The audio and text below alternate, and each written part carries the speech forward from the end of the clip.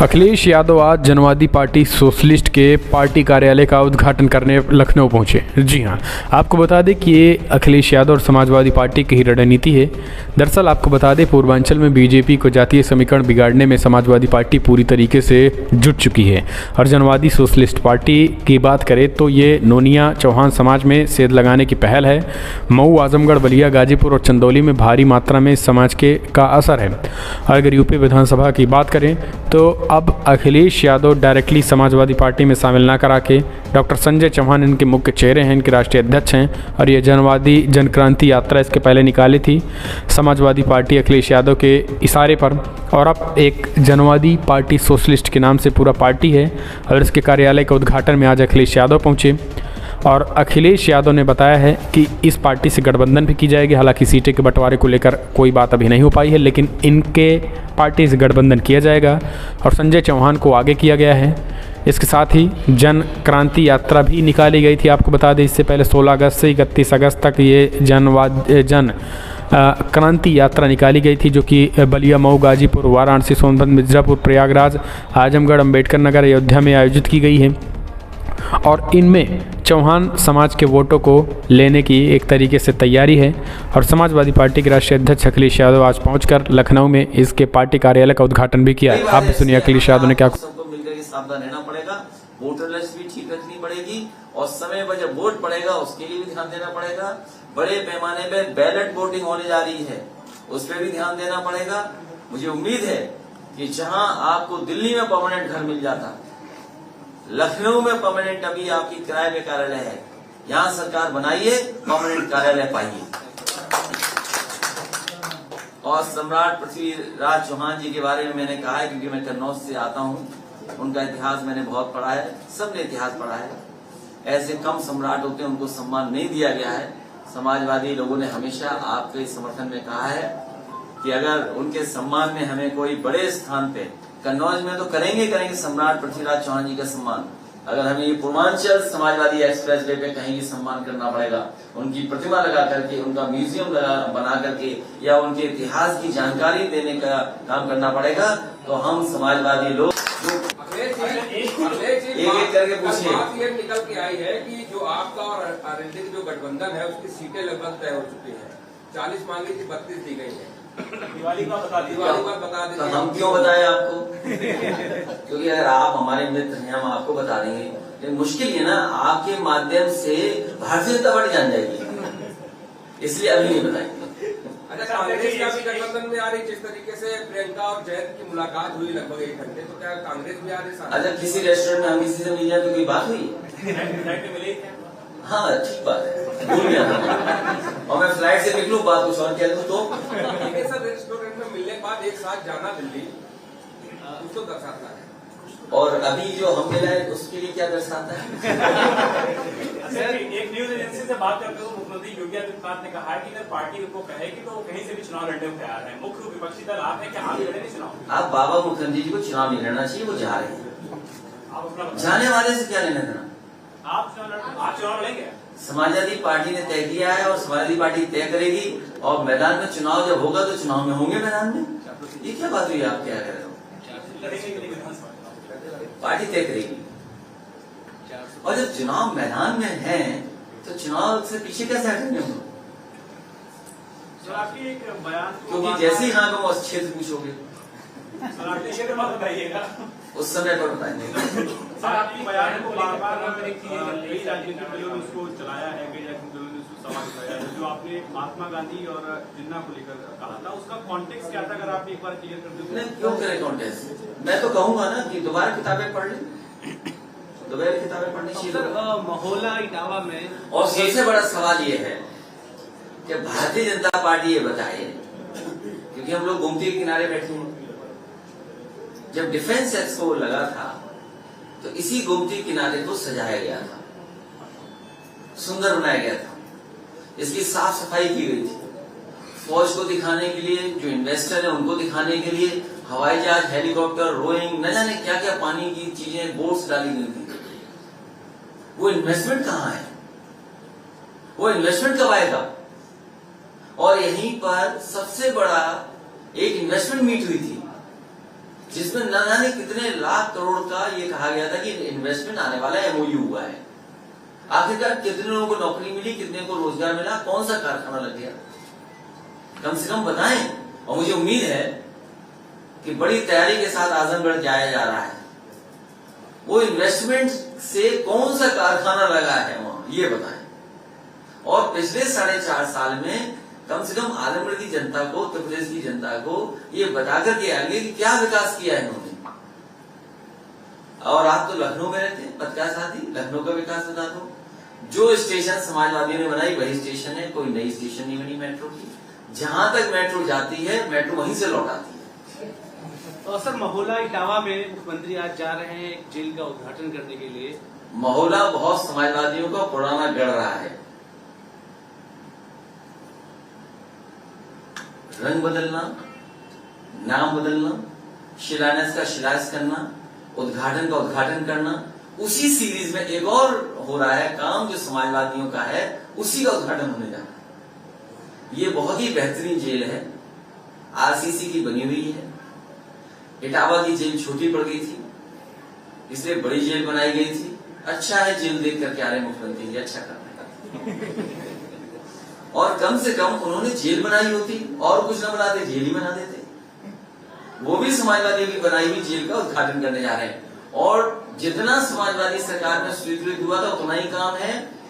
इटावा मैनपुरी से जो 4 लेन से जोड़ने वाली सड़क है जेल को, आप ताज्जुब करो इस बात को, सोचिए किस बात को, कि उस सड़क को भी सैंक्शन करने का काम समाजवादी कर रहे थे। अभी सड़क नहीं बन पाई है, सड़क में इतने गड्ढे हैं, गाड़ी गई कैदियों को लेकर के तो हो सकता है गाड़ी फंस जाए, तो कहीं कैदी ना भाग जाए वहां से। तो सड़क कब बनेगी उस जेल को जोड़ने के लिए? सर, आपके सहयोगी हैं ओम प्रकाश राजभर, उन्होंने 2 दिन पहले मुख्तार अंसारी से मुलाकात की और ये भी कह रहे हैं कि वो अपनी पार्टी से कोई टिकट भी दे सकते हैं। आपका कितना समर्थन रहेगा? ओम प्रकाश राजभर जी की पार्टी के साथ गठबंधन है, अभी टिकटों की जानकारी आपको नहीं है। वो ये कह रहे हैं कि वो मुख्तार अंसारी को अपनी पार्टी से लड़ा सकते हैं, ऐसा अखिलेश जी, शिवपाल जी कब आ रहे हैं साथ? लगातार पूरा सम्मान होगा, साथ आ रहता है। ये सरकार जा रही है। कल से अम्बेडकर नगर का दौरा कल है सर, एक बड़ा कार्यक्रम है। अखिलेश जी, एक चीज और निकल कर आ रही, लगातार जब से राम मंदिर बातें हुई है, लगातार एक बयान बीजेपी की तरफ से, मुख्यमंत्री की तरफ से दिया जा रहा है कि जो लोग पहले गोली चलवाए थे अब वो कार सेवा करते हुए नजर आएंगे, अब माथा टेकते हुए नजर आ रहे हैं। मेरा आपसे निवेदन है कि अगली बार मुख्यमंत्री जी मिले तो उनसे निवेदन करना कि पिछली सरकार में समाजवादी लोग उनके आवास में सबसे अच्छा मंदिर बना के आए, कम से कम उसके दर्शन आपको करा दें। और मुख्यमंत्री ने उससे अच्छा मंदिर कहीं देखा हो तो बता दें। और बिना नक्शे के मंदिर पास किया हमने, बनाया वहां। अखिलेश जी, ग्रामीण स्तर में श्रम कार्ड बनाया जा रहा है, गांव सबसे ज्यादा ग्रामीण बनाया जा रहा है और उसको बैंक से लिंक किया जा रहा है और बताया जा रहा है कि जो चुनाव आएगा 1-2 महीने तो उसमें 2 किसानों का या ग्रामीणों में पैसा बांट करके वोट खरीदने का। आपके वॉलंटियर, आप लोग इससे निपटने के लिए क्या प्लान बनाएंगे? मैं धन्यवाद देता हूं आपको, अगर ये जानकारी दी है तो इस पर जरूर विचार करेंगे। और भारतीय जनता पार्टी चुनाव से पहले कुछ भी कर सकती है। खाद की बोरी से चोरी है, खाद मिल नहीं रही, DAP मिल नहीं रही, लगातार डेटा कलेक्शन का काम हो रहा है, लगातार वहां गांव में एक टेक्निकल आदमी को अपॉइंट किया जिससे सूचना सब कुछ ली जा रही है और डेटा कलेक्ट किया जा रहा है। तो पता नहीं क्या झूठ बोला जाएगा चुनाव से पहले। इसलिए मैंने कहा कि समाजवादी पार्टी और जनवादी पार्टी सोशलिस्ट को भी सावधान रहना पड़ेगा।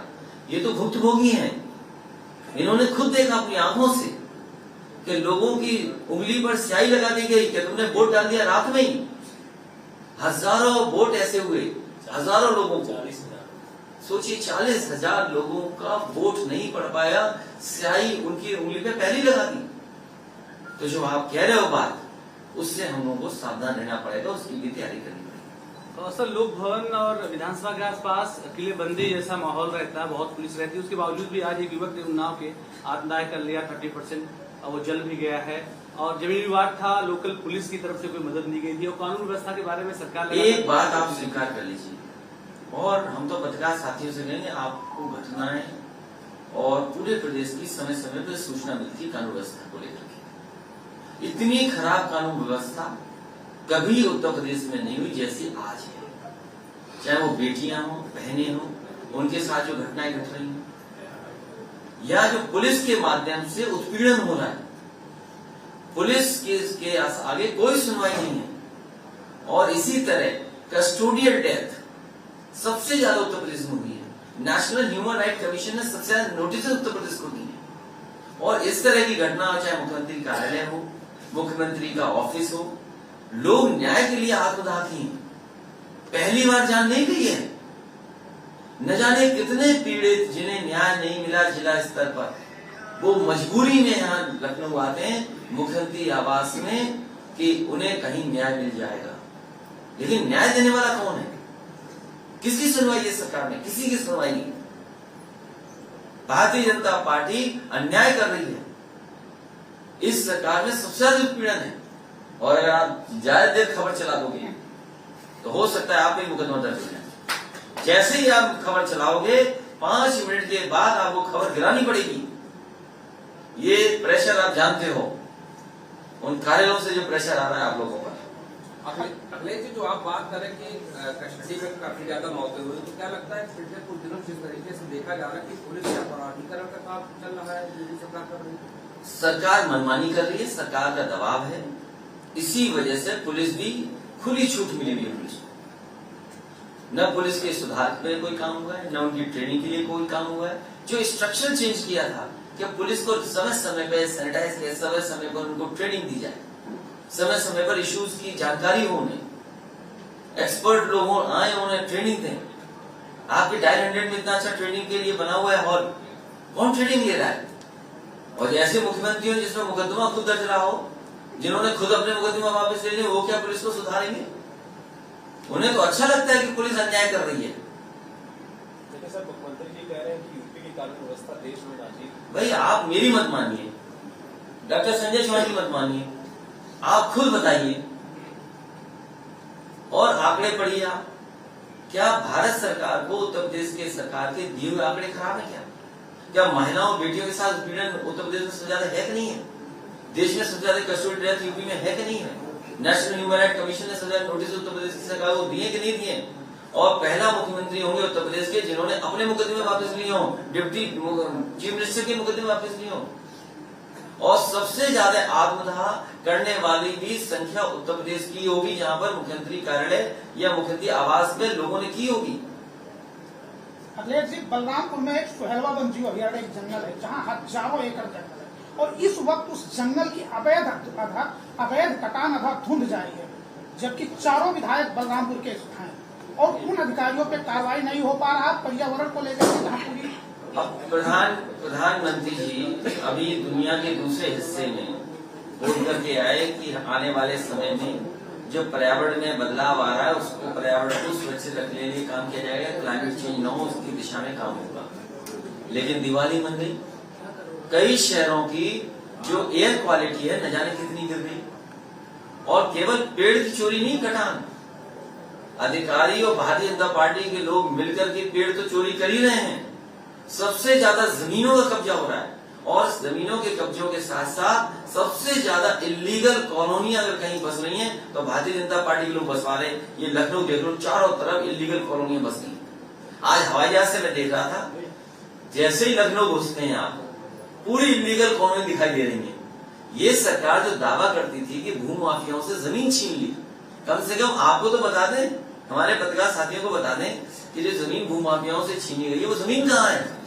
किसी वेबसाइट पर डाल दें, जनता देखना चाहे तो देख ले।